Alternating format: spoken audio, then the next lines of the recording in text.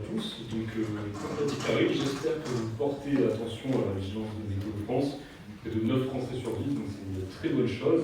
Alors, la vigilance de Météo France, vous allez voir, on va essayer de découvrir ensemble le fait que c'est une chaîne humaine et d'expertise scientifique assez importante, et que derrière cette carte que vous voyez avec des couleurs du vert, du jaune, du orange, du rouge, il y a réellement une analyse qui est faite qui est extrêmement importante derrière, avec plein de maillons, du plus bas niveau départemental jusqu'au niveau national.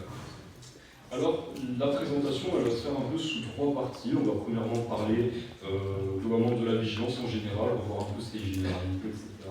Faire un petit bilan, est-ce que les vigilances sont pertinentes ou non. On verra des graphiques qui ont été fournis par la Sécurité civile et Météo France pour ces dernières années.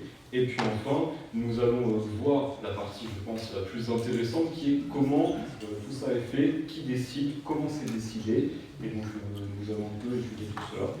Et puis enfin, nous verrons un peu les outils de la vigilance météorologique, comment on peut prévenir l'arrivée d'une vigilance. Vous verrez qu'il y a des petits indices quand même sur le site de Météo France. Et nous verrons bien évidemment les évolutions. La vigilance météo n'a pour but d'être évolutive et d'être toujours meilleure. Donc voilà globalement. La vigilance météorologique, vous connaissez les 4 niveaux, très certainement. Vigilance verte, normalement il n'y a pas trop de choses, ça ne veut pas dire qu'il fait forcément beau, mais qu'il n'y a pas d'enjeu météorologique pour la sécurité des personnes dedans. Vigilance jaune, alors là on peut avoir des phénomènes météorologiques assez importants à une petite échelle sur le département, ou alors quelque chose qui ne va pas forcément causer beaucoup de dégâts. Vigilance orange, là on va avoir des enjeux pour la sécurité des biens des personnes. Je vais souvent utiliser ce terme, sécurité des biens des personnes, c'est vraiment la mission de Météo France. Et puis vigilance rouge, alors là il faut être extrêmement prudent et ne pas prendre l'hélicoptère pour aller en mer comme on fait. Voilà. C'est vrai.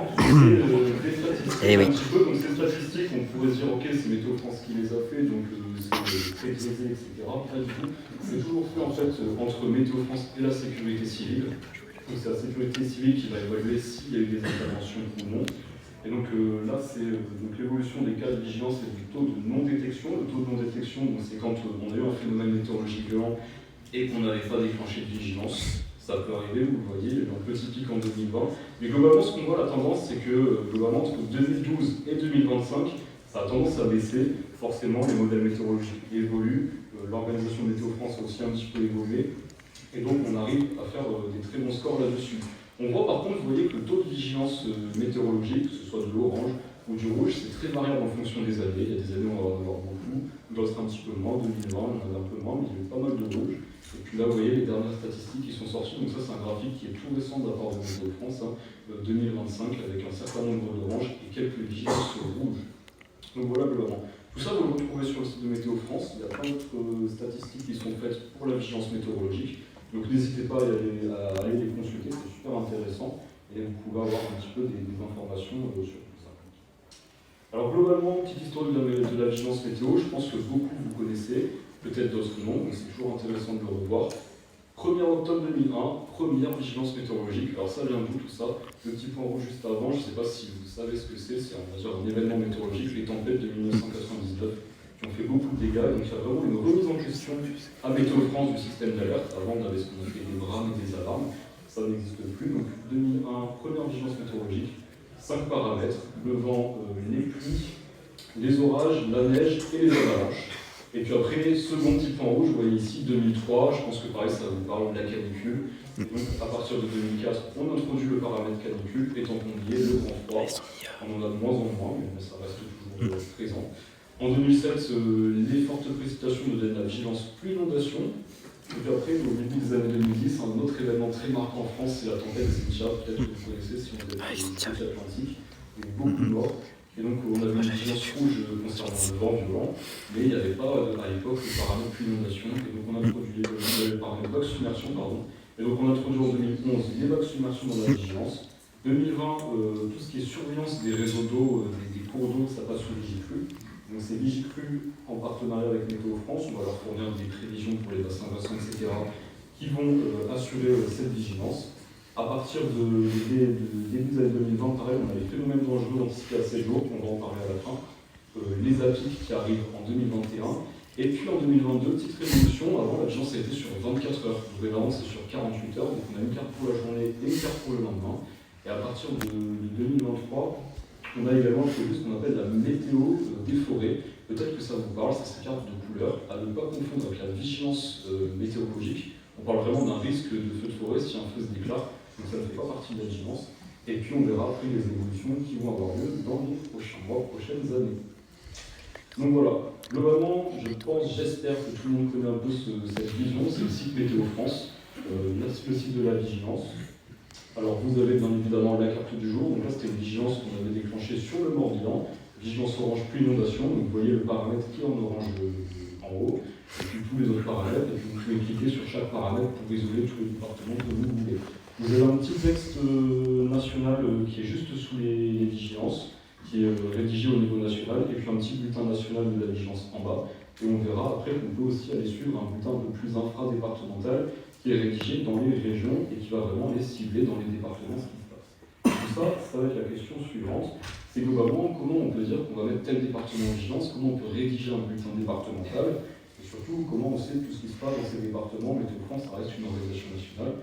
Est-ce qu'on est vraiment capable d'aller chercher en détail dans les départements? Et donc pour ça, il va falloir un peu aller regarder l'organisation de Météo France, notamment l'organisation de la sécurité civile. Météo France, on travaille beaucoup avec la sécurité civile, et donc les zones de défense de la sécurité civile, c'est un peu les zones de l'armée, sont divisées, comme vous le voyez, tout à gauche, pardon. Et donc vous avez une zone ouest au nord-ouest, où vous allez retrouver le centre-ouest de l'Or, les Pays de la Loire, la Bretagne et la Normandie, les Hauts-de-France, la région parisienne, le Grand Est, le Centre-Est, le Sud-Est, et enfin vous allez avoir le Sud-Ouest. Météo France, on se calque vraiment sur cette organisation. On va avoir différentes, ce qu'on appelle des directions interrégionales. Donc là, actuellement, on est à Rêve, on est dans la direction interrégionale Ouest, qui va regrouper les 4 régions que j'ai citées avant. Et vous retrouvez globalement le même calque, sauf à l'exception du Midi-Pyrénées, qui sont sous la direction interrégionale Sud-Ouest. Alors, ce qu'il faut savoir, c'est que dans chacune de ces directions interrégionales, on a ce qu'on appelle un centre météorologique interrégional. Ici, c'est le centre météorologique interrégional du Rhône, où je travaille et d'autres collègues travaillent, sont plus à l'heure actuelle. Et donc, dans chacune des villes, vous allez retrouver ce centre météorologique interrégional qu'on appelle également CNIR. Dans ce centre météorologique interrégional, vous allez retrouver ce qu'on appelle les chefs prévisionnistes régionaux. Et c'est eux qui vont être chargés de la mise en place et qui vont être responsables en fait, de la vigilance météorologique sur leur région, donc sur leur direction interrégionale. Et on a tout le temps deux par jour et 2 par nuit. On verra après pourquoi je dis ça. On a également un chef prévisionniste national qui se situe à Toulouse. Lui va être en charge de la vigilance météorologique plutôt quand on atteint le niveau rouge, et qui va surtout en fait coordonner toutes les régions, donc tous les chefs prévisionnistes régionaux, pour que la vigilance soit bien cadrée en termes d'heures, de passage de l'événement météorologique, etc. Et puis enfin, dans chacune des régions, à minima, vous avez un météorologiste conseil qui lui va reprendre en fait, les prévisions du chef prévisionniste régional, qui va le transmettre aux clients, aux préfectures, etc. Donc on a vraiment un maillage, on va dire, en 3 niveaux, au niveau régional, départemental, au niveau, ce qu'on va appeler zonal, donc les zones que vous voyez ici sur ces cartes, et puis après au niveau national. Alors comment ça va se passer une journée à Météo France, globalement? Donc, je vous ai fait ce petit schéma pour bien comprendre un peu comment ça se passe. On va partir de 7h du matin, vous voyez ici, c'est la relève. L'équipe de nuit passe les infos à l'équipe de jour. L'équipe de jour a environ 2 heures pour se préparer. Ça, c'est une journée calme, où il ne se passe rien. Les journées où on a une tempête ou des crues, c'est pas la même chose. Une journée où c'est à peu près correct, on va avoir environ 2 heures pour faire notre prévision et se dire qu'est-ce qu'on va mettre comme vigilance à la carte de 16h. À 9h, on a une conférence nationale entre tous les CPR et le CPN, plus d'autres acteurs. Bien évidemment, il y a d'autres types de prévisionnistes en France, mais ça, on passe un peu, on sort un peu de la vigilance, mais on a beaucoup d'autres. Et donc là, on va discuter un peu qu'est-ce qu'on va dire sur la carte de vigilance à 16h pour notre journée et pour la journée du lendemain. Comme je l'ai dit, maintenant, la carte de vigilance, c'est sur 2 jours. La journée passe, on a plusieurs conférences, des bulletins à faire, etc. Et donc à 16h, notre carte de vigilance doit être prête pour parler de la vigilance météorologique qu'on aura le lendemain, produite sur la carte de Météo France à 6h. La carte sort 2 fois par jour, 6h, 16h, et on peut en plus faire des petits ajustements si on a des éléments nouveaux qui nécessitent de passer en vigilance rapidement. Et donc après, 6h, la carte est diffusée, on a à nouveau une petite conférence, etc. pour bien cadrer tout ce qui va se passer toute la journée.